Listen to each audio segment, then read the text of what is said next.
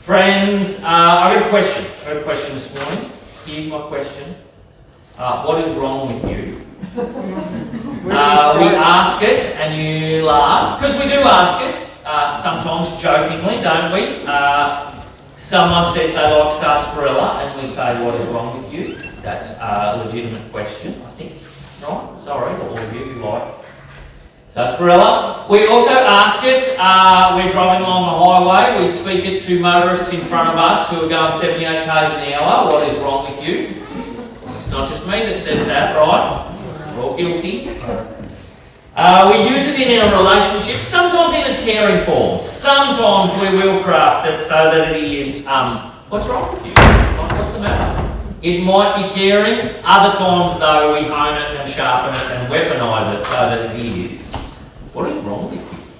What's the matter with you? We do that, don't we? And we also use it on ourselves. We speak this to the mirror as well and say, what is wrong with you? At our worst points, we will say, there is something wrong, there is something the matter. What is it?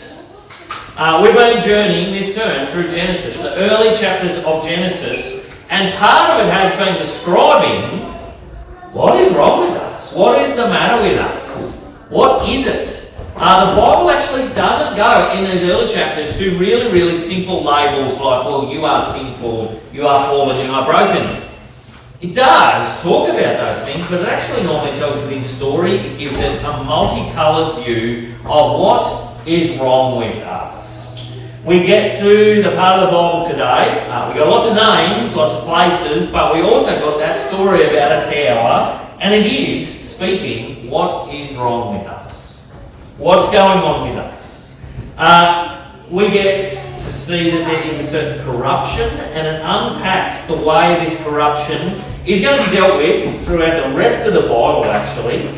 This is like a fork in the road, and it is going to describe to us what is wrong with us, where we're going through the rest of the Bible story, but also for us as well.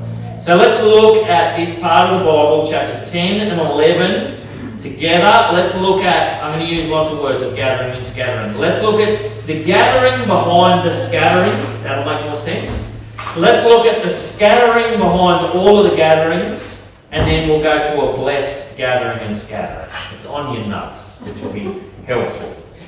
We read chapter 10 just then, thanks to Rob, and it's kind of a genealogy, a list of names, a page out of the Hebrew phone book. But there is a difference in this one, and not just his names and who begat who, but it also talks about where those people live, where they go. Ham, Shem and Japheth, the sons of Noah, where did they go? I had a little golden book. Does anyone remember little golden books? I had a little golden book called The Very Best Home for Me. It's a story of a golden cat, a turtle, a chook, a bird and a rabbit that live together.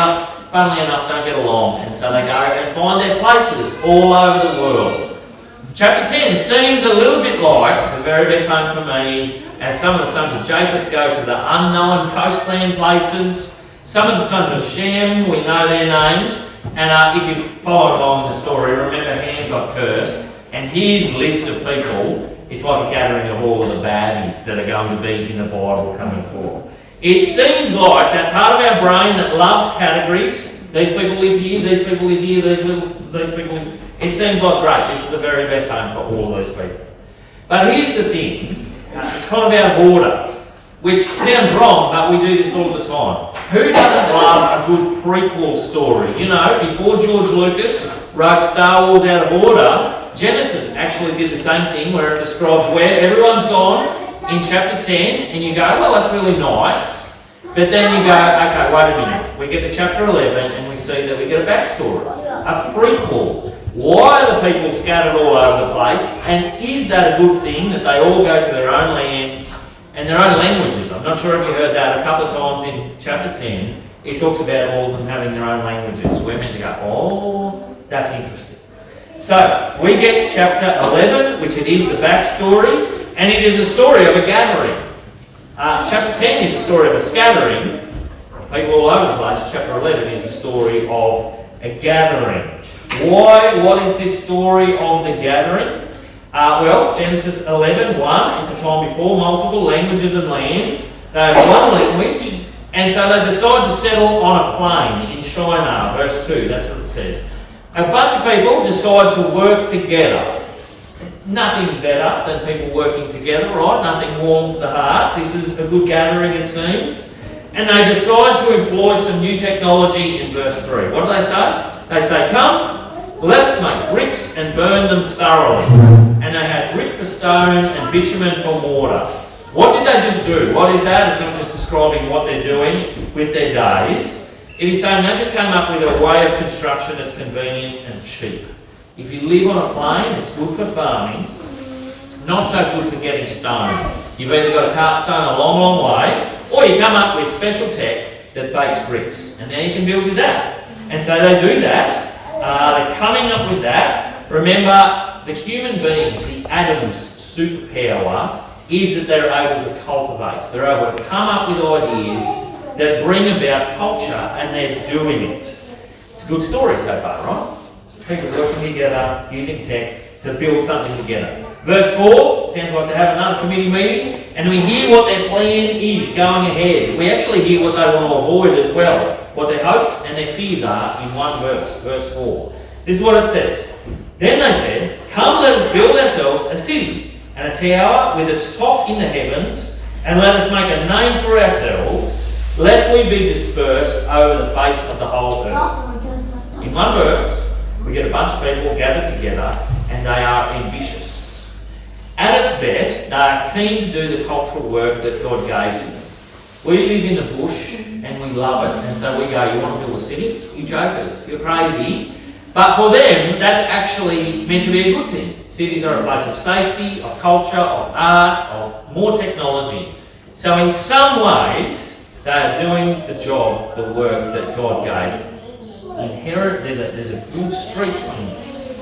But there are some things, I don't know if you picked it up, that are wrong. They are doing some things wrong there. They want to build a tower with its top in the heavens. Let's reserve that. We'll get to why that's bad in a moment. But there's some easy things, low-hanging fruit for why this is bad. They want to make a name for themselves. Why is that bad? Well, as their role as cultural builders, remember they were meant to use their skill and glory, but they were meant to use it to show something else, to reflect something else.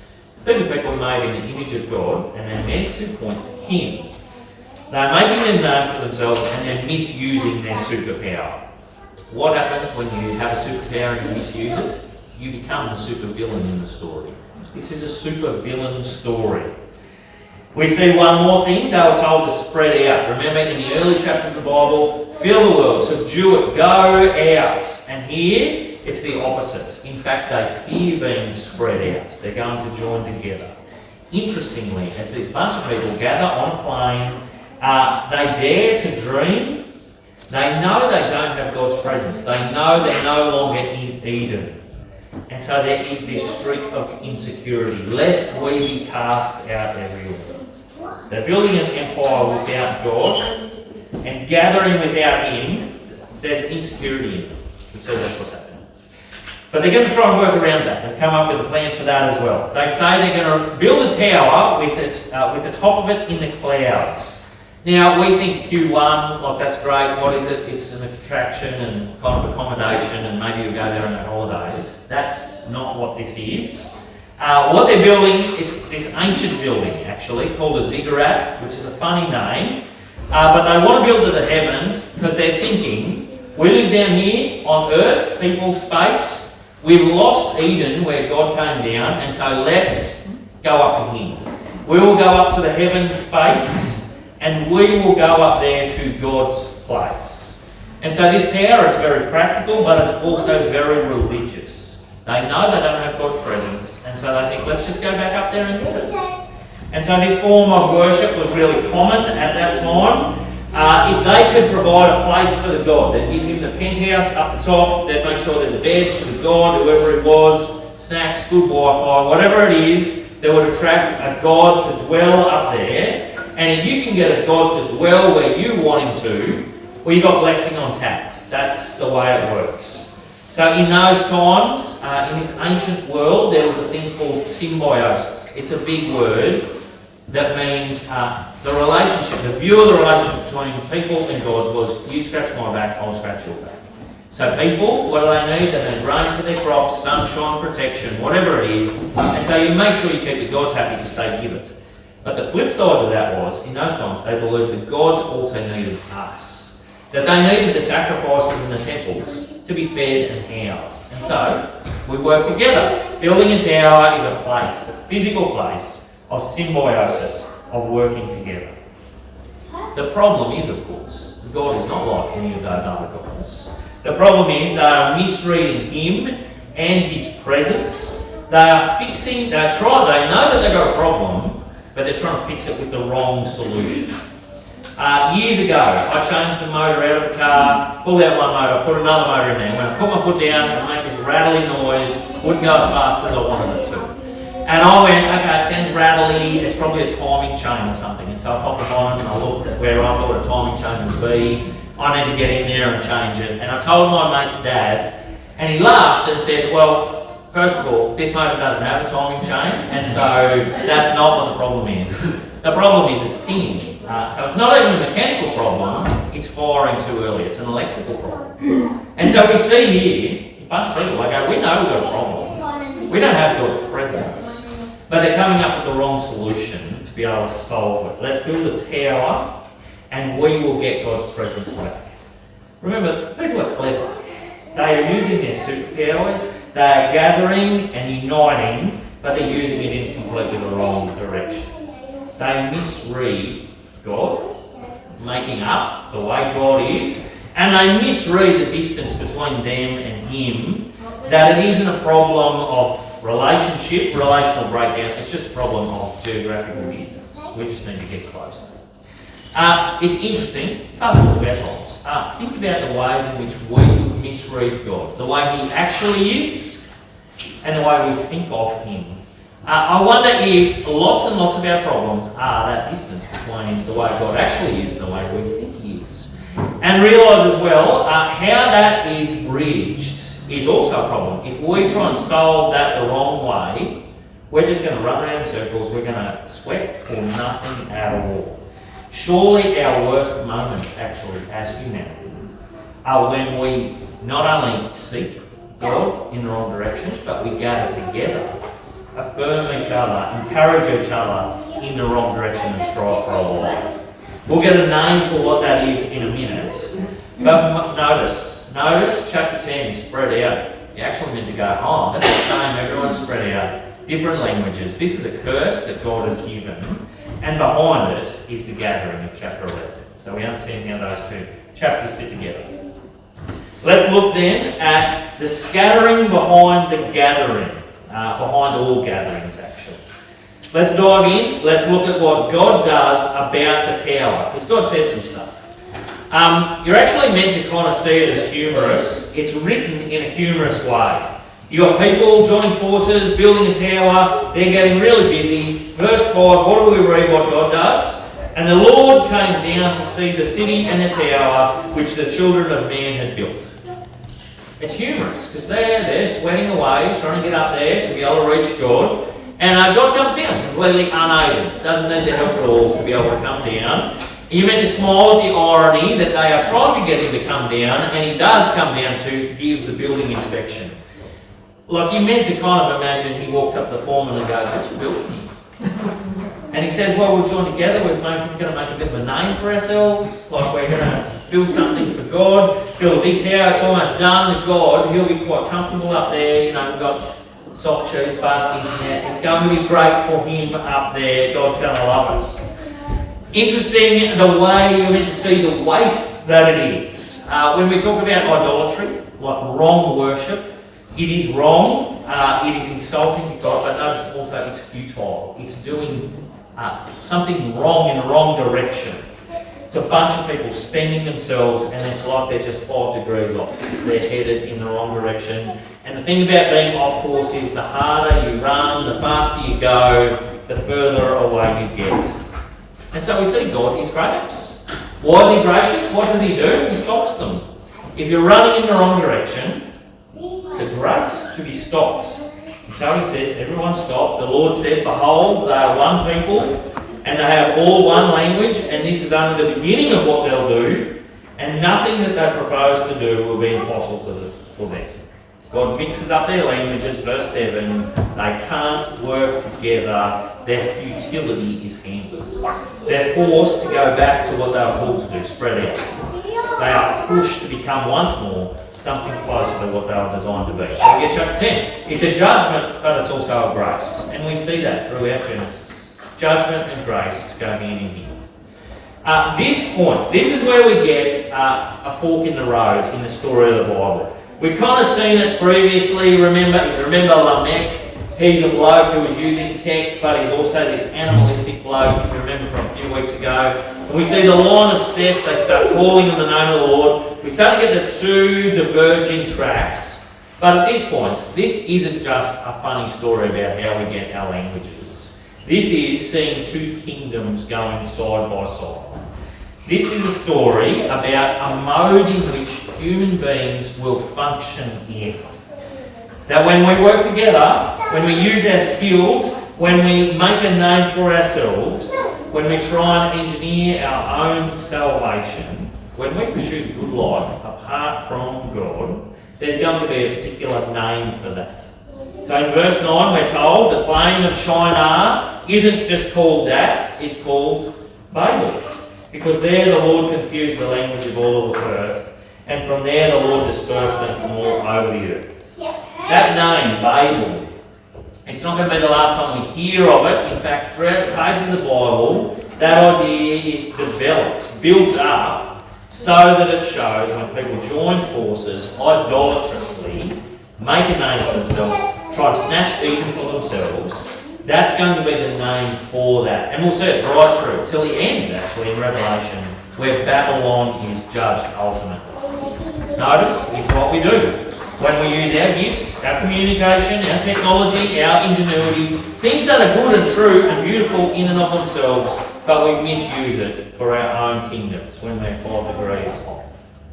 And since we use them, they're not as bad as they could be. Not as evil as they could be. Still using God's stuff, but they're ultimately idolatrous, evil, and futile. Chapter 11 is the outworking, the big ripples in the pond that started in Genesis 3 with the fruit. Grabbing at something that they want, ignoring God's commands and values. Remember, we saw over and over again, people are a mix of both what God made them to be, the dignity of that, but with the corruption of using their own wisdom, plagiarising their own wisdom. Now we have a name for that. Babel. That's what it is, when we mix those two things and build something together. We ask what's wrong with us. Part of it is we are prone, we tend toward Babel-like systems. Let me describe, I don't want to be a wild preacher and start naming what fables are in the world around you, but imagine it like this. Like, I'm not going to Russia. Let's go, let's not do that. Let's go to Lego.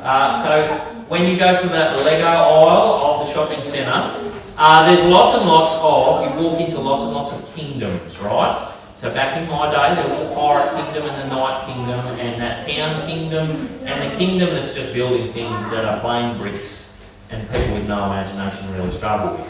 Now, there's Harry Potter kingdom, there's the, Jurassic World kingdom. Like, I still love going there. Here's what I want to say. You dwell in lots and lots of kingdoms. And some are world superpowers, sure. But some are just the normal institutions, systems, structures that you live in. You are surrounded by them whether you like it or not. Some of these kingdoms, well, they're nowhere near as bad as they could be. Some of them are redemptive. Some of them celebrate human flourishing. Some of them want that, and so they're kind of benign kingdoms. They're okay. But sometimes, and often, we'll see, as we live, traffic, work for, become involved for these kingdoms, they will also be Babylonic. You will see that they do that. Some of them are just track towards selfishness. Some of them might have an underlying value of self-promotion or pride. Some of them, and this is just clubs, companies, anything we see and are involved in. This week I was talking to a particular entity, and the administration was just really, really difficult. I'm not describing PCQ, that's where your brain went. I'm describing another one where it was just impersonal. You leave and go, wow, I just felt like a number, I can't get any help. Part of that is just Babylon, it's the system that you dwell in.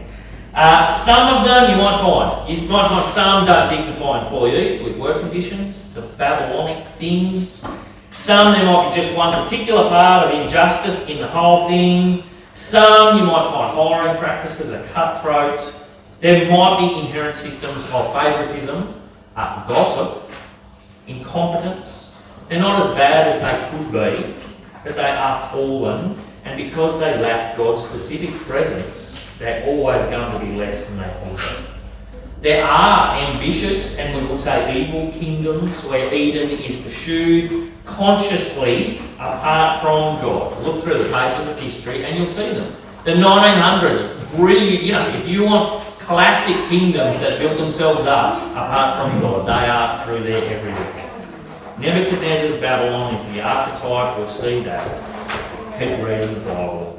There are many that run headlong off and they end up futile and dangerous. They're the worst ones to live under. They're insecure like Babel and their group.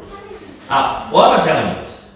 Because this is the world you live in. It is lots and lots of different kingdoms. Take your pick. You'll be a part of them by choice sometimes, sometimes not. The particular industry you go into, you'll find Babylonic echoes through all of those things. And I don't want you to rail against them and go, well, I need to confuse the language. Well, that's not your job. I do have good news. God will judge them, and He does. He does judge them at the end, but we see He also judges them now. He topples kingdoms when they get really bad. I want to say, you just need to live in them. Maybe we need to do a series in that, what's it look like to live amongst Babylonic kingdoms. But part of it is, we just need to acknowledge they are there. They will sometimes chew us up. But we are to continue with God's presence in them. We'll get to that in a moment. Daniel is a really good picture of how you operate in the Babylonic kingdom. Literally. We see here though, there is going to be a path throughout the Bible when people join together, there's going to be a Babylonic path that way that starts in Genesis chapter 11. The ones that run away from God. Let's go the other path. What is the other path? How does Genesis chapter 11 finish?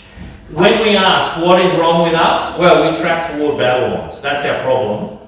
And it is tempting to go, well, what is our hope? How does Genesis 1 to 11 give us hope? Where's it going to lie? Well, it lies in a really, really unusual place. So if we continue reading in Genesis chapter 12, here's where we get our hope. It's a weird place. I'm going to finish reading Genesis 11:27 and go through to Genesis 12. Here is the hopeful place. These are the generations of Terah. Terah fathered Abram, Nahor, and Haran. And Haran fathered Lot. Haran died in the presence of his father Terah in the land of his kindred in Ur of the Chaldeans. And Abram took, and Nahor took wives. The name of Abram's wife was Sarai, and the name of Nahor's wife Milcah, the daughter of Haran, the father of Milcah, and Iscah. Lots of names. Now Sarah was barren, she had no children. Terah took Abram his son, and Lot the son of Abram, his grandson, and Sarah his daughter-in-law, Abram's wife, and they went forth together from Ur of the Chaldeans to go into the land of Canaan. But when they came to Haran, they settled there. The days of Terah were 205 years, and Terah died in Haran. It seems like just a story, names, where they live. But this is what we get in Genesis 12 verse 1. Now the Lord said to Abram, go from your country, your kindred, your father's house, to the land I'll show you. I'll make you a great nation. I'll bless you and make your name great so that you will be a blessing. I'll bless those who bless you, and him who dishonours you I will curse. And in you all the families of the earth shall be blessed. Where's the hope lie for people who have a matter with them like us? In this family. This family will launch through the rest of the Bible this promised group of people. A family who will become a nation, who will become a church, actually. This is going to be God's covenant people. We saw the beginning of that last week with the flood. The rest of the story of the Bible is going to be that. I guess I want you to not miss what we're seeing here. We tend to go, well, that's a weird story about, a tower and languages. We're actually going, well, there is one path for a bunch of people, which is judgment. And then coming out of those scattered nations is going to be one promised people that God is going to rescue all from. Did you hear? All of the people on earth will be blessed through him.